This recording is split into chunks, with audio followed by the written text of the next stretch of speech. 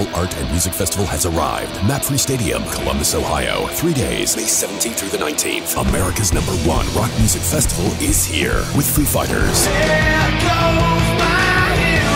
System of a Down, Disturbed, Sonic Temple with Bring Me the Horizon, Ghost, Hailstorm, Lamb of God, The Cult, The Hives, The Struts, Meshuggah, The Distillers, and rare appearances by Joe Jett and Prodigy. Go to SonicTempleFestival.com for everything. The Foo Fighters, System of a Down, Disturbed, Bring Me the Horizon, Ghost, and special comedy tent headliners, Andrew Dice Clay, Henry Rollins, and more. Go to SonicTempleFestival.com. See ya at the Temple. What's up, everybody? Welcome to a mini episode of the BREWtally Speaking Podcast, the official podcast for MetalNexus.net, where you can get all your show reviews, concert reviews, and so much more. This mini episode's guest is Gary Spivak, the Executive Vice President of Danny Wimmer Presents. If you aren't sure what Danny Wimmer Presents is, well, I guess either A, you don't go to many festivals here in the States, or you don't like rock music. That being said, basically Danny Wimmer Presents has been around for about a decade now, actually a little over a decade.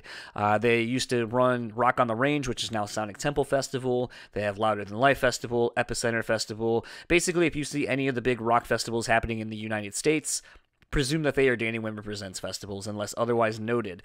That said, I had the opportunity to talk with Gary real quickly about upcoming festival season, which starts next month with Sonic Temple Festival in Columbus, Ohio. And it was really cool getting to talk to someone who, you know, they've been going through a bit of a rebrand, just like we did here at the podcast. So got to talk a little bit about what happened with that, talking about internet trolls, basically shitting on basically lineups and stuff like that. If you've never put on a show, whether it be just a local show in your local town or anything like that, I don't think you can really understand the scope of dealing with contracts, dealing with show stuff, dealing with just everything that goes on to putting on a show, and then amplify that by, I don't know, a million. Because you're dealing with some of the biggest names in rock and metal and hardcore and all that kind of stuff, and to consistently do it and to consistently have praise heaped upon you by fans and bands alike, obviously you're doing something right, but you know, the internet is what it is and people want to talk shit, so it was kind of cool talking about that, and you know, just kind of getting to talk to someone that, you know, isn't really, you don't get to hear on many of these. So very much appreciate the time. In light of this being a mini episode, going to go ahead and get right to it. So without further ado, let's get to my conversation with Gary Spivak of Danny Wimmer Presents. And we'll talk to you guys for a minute afterwards.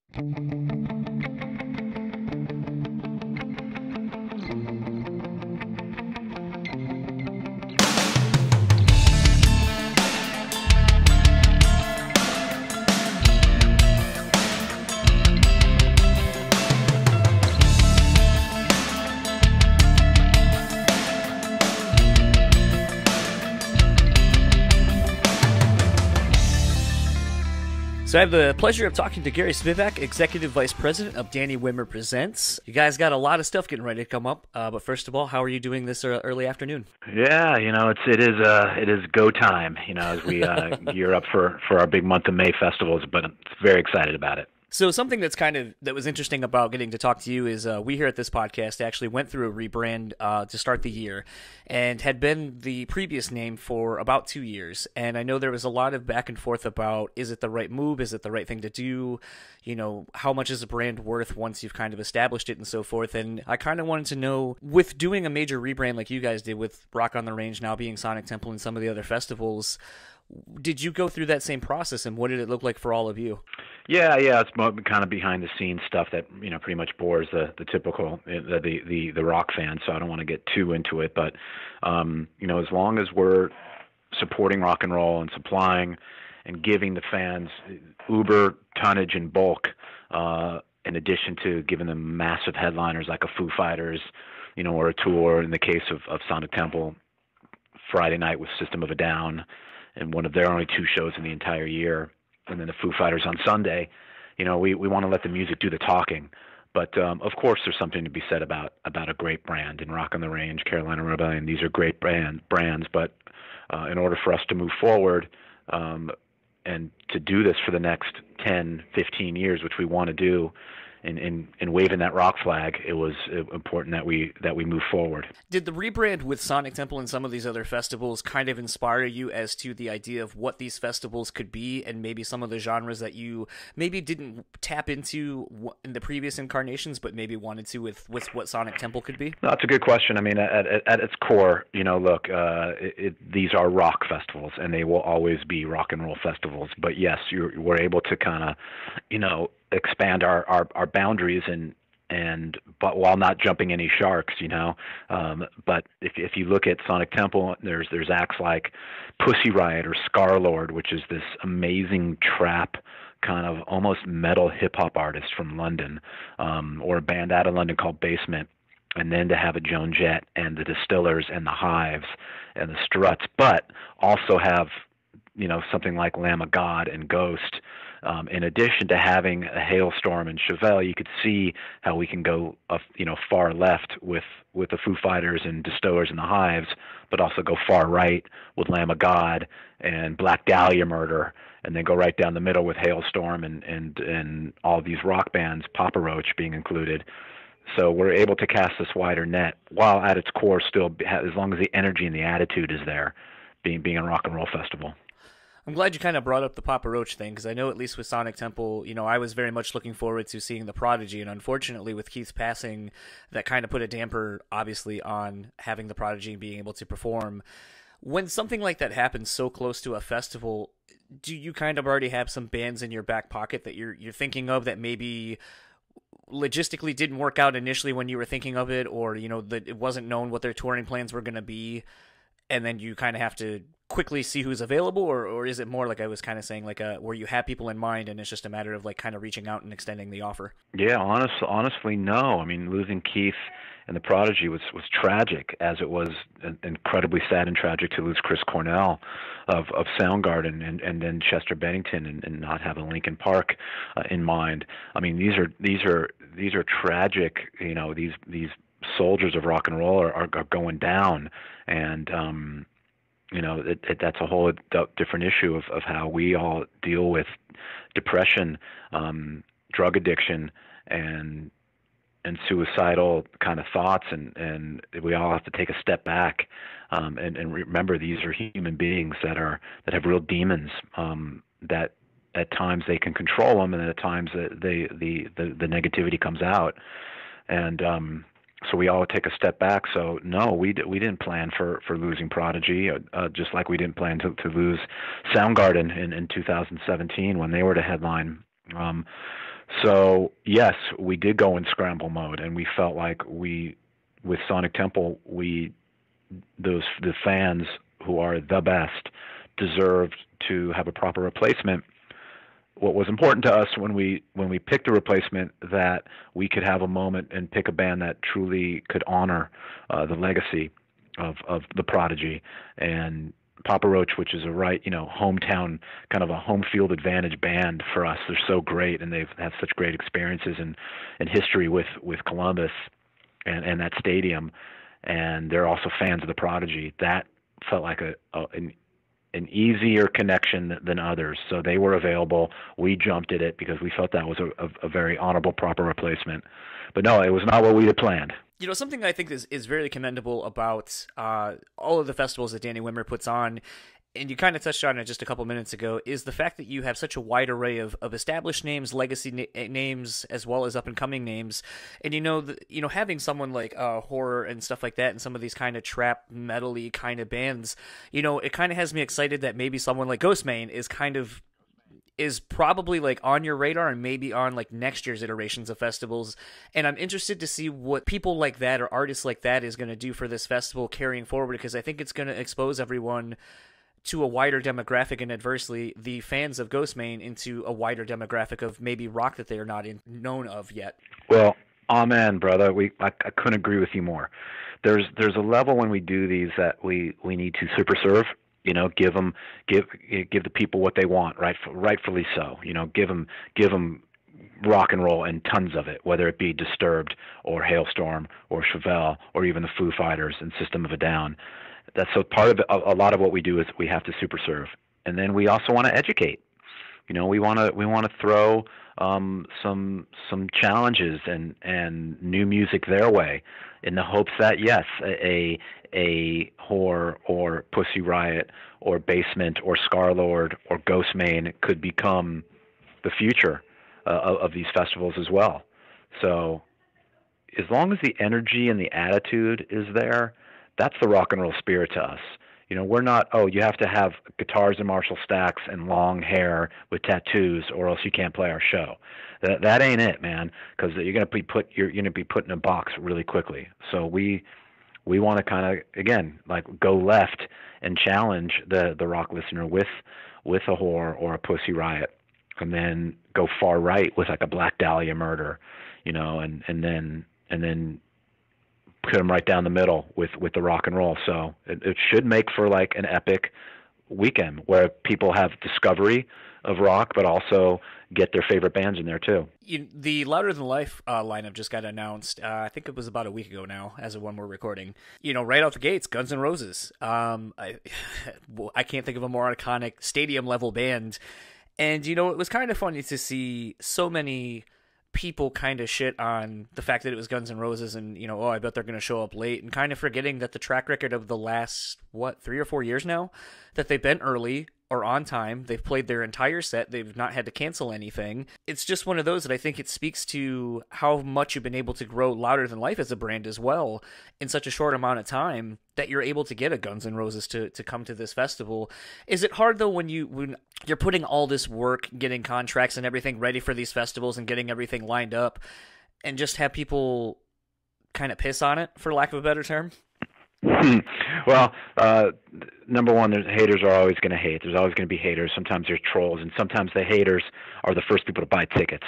We always have to remember that. And if we at Danny Wimmer Presents or Coachella or Lollapalooza lived and died by what the social comments were, we'd have folded up the tent long ago.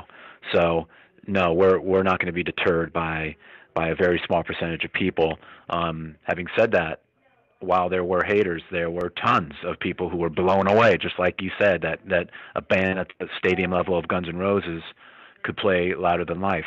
And to your point of Guns N' Roses not being on time, or Axl Rose being late, those are long gone. Yeah, they're completely professional and on time, exact time, full sets.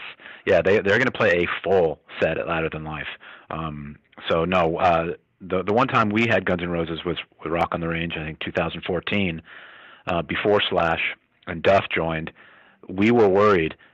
Guns N' Roses came on stage 2 minutes before their time. They were early. Axl couldn't wait. So not a worry at all.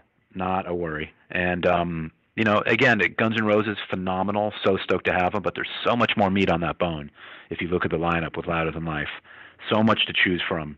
And including a band that's very meaningful to the core, which hasn't played in 6 or 7 years, which is the original lineup of Stained. To have them, and it's their first show back.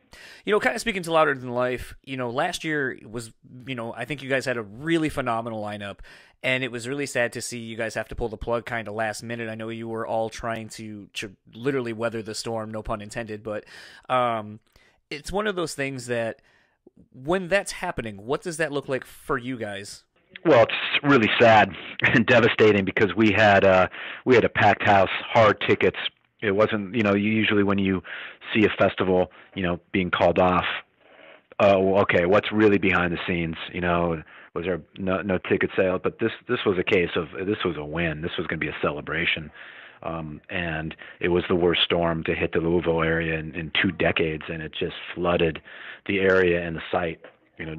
Champions Park was ankle to knee deep in mud and water. It was a disaster area. You couldn't put on a show there. So unfortunately, we had to cancel. And by, like you said, Louder Than Life is a week on sale and doing very good. And that's just a testament to the hardcore fans and to the people of the area that they believe in us. Slowly, kind of in wrapping up, Danny Wimmer Presents, I think, has become synonymous now with the American rock festival circuit, much like the European festival circuit and so forth, with Rock am Ring and Rock am Park and all that kind of stuff. with some of those kind of festivals and a lot of the festivals kind of dying off here in the States, is there something outside of maybe the festivals that are happening that you would like to do? Maybe a cruise, a Danny Wimmer Presents cruise, or some kind of something other than a festival in the traditional sense? Is there any plans to do anything like that? Yeah, the cruise thing it feels like a little bit of a crowded space right now. I come from a family of people who get seasick. So I'm not a huge proponent of that myself. It hasn't. We have kicked the tires of it, and it just feels like a crowded space. And we at this time, have our hands full with providing the best rock festivals we can on solid ground. With bands that you've gotten to work with over the decade plus of doing this, you mentioned the Foo Fighters. I think they were like one of the last bigger name bands that have been around for that long that you haven't gotten. You got Guns N' Roses, most of the original lineup at this point. What are some of the last remaining like bucket list bands for Danny Wimmer Presents that you guys haven't gotten for like a Sonic Temple Festival or Louder Than Life? Not many left. Rage Against the Machine. If there was any of these shows had a roof, the roof would just come off. Rage Against the Machine. But looking at our pedigree of what we've had, which includes Metallica, Guns N' Roses, Tool, the Foo Fighters, Red Hot Chili Peppers, Muse, and so many more. We're very humbled by what we've accomplished looking back. I didn't even bring up a Nine Inch Nails or, of course, Slipknot and Avenged Sevenfold and Rob Zombie and Korn and Godsmack. All these are incredibly important acts and important for the history of rock. But not many left. Rage Against the Machine, which is not currently a band, would clearly be the top of my bucket list. Awesome. Well, that's all our time we have with you today. Thank you, Gary, for taking the time, and looking forward to seeing you hopefully at Sonic Temple Festival and Louder Than Life as well. And congratulations. You bet. Appreciate the support, and I'll see you next month, man. Awesome. Thank you. Okay, thank you. Okay. So that was my conversation with Gary Spivak, Executive Vice President of Danny Wimmer Presents. Really cool getting to talk to him. We like to kind of feature more people behind the scenes that get to do stuff, and like I kind of said in the intro, and like Dan and I have said in countless episodes before this, just really cool to incorporate different people and kind of get their stories. And as someone who's kind of worked on putting on shows myself, it's one of those things where I've always had this fascination with what goes into booking a festival, especially of this nature, because I imagine outside of just good business practices and building relationships being the key to the foundation of building a successful destination festival like the Danny Wimmer Presents, like Louder Than Life and Sonic Temple. It just is one of those things that, it's just so amazing to me that they're able to do something. Basically, I don't think a lot of people think that as soon as this festival's over and they're done with it, they've already got to start working on the follow-up, and they got to make it bigger and better than last year, and you always got to outdo it yourself, because what you don't want is to have just this constant thing where people are like, oh, well, last year was better, it was better this year, or whatever. And unfortunately, that is the nature of how people are. They always compare things from what came before it. But I think Danny Wimmer Presents, the team there have done an exemplary job of building destination festivals, rock-based festivals here in the States. And I think if you're a fan of rock metal and so forth, you'll know that these kind of destination festivals have been happening overseas for a very long time. And actually were a lot of reasons why you were seeing not so many bands touring here in the spring, summertime here in the States, is because where they were spending so much time overseas. So really cool that we have our own kind of stamp here on the rock festival scene and so forth. Greatly appreciate the time with Gary, and hopefully, if we do get a preview to go cover Louder Than Life and or Sonic Temple Festival, hopefully I'll get to run into Gary, just tell him thank you, because these are very awesome, different experiences, and I'm very excited to have them be some of the first big festivals like this that I'll get to cover with this podcast. So huge thanks to Gary, and special thanks though goes out to Selena for hooking this interview up. And we're going to end this episode just to keep things short. So if you would like to keep up with Metal Nexus, you can find them at metalnexus.net, Facebook at Metal Nexus, Instagram at metal.nexus, and Twitter at metal_nexus. If you would like to keep up with all things this podcast, you can find us at BrewSpeakPod on Facebook, Instagram, and Twitter. Email us at BrewtallySpeaking@gmail.com. And if you would like to keep up with Gary, well, I don't really have any socials for him, so how about we just do it like this? If you would like to keep up with all things Sonic Temple Festival, go over to sonictemplefestival.com. If you haven't seen the announcement for the lineups for Louder Than Life this year, holy shit, I don't know where you've been, but you can go to louderthanlifefestival.com. And if you would like to keep up with Danny Wimmer Presents and just kind of keep an eye on all things Danny Wimmer Presents festivals and so forth, head on over to DannyWimmerPresents.com, and they will keep you up to date on all things, all of their festivals and more. So without further ado, for the Brewtally Speaking Podcast, I am John, Dan is doing some work, and we will talk to you guys tomorrow, where our guest is Ken Susie of On Earth, and we will talk to you then.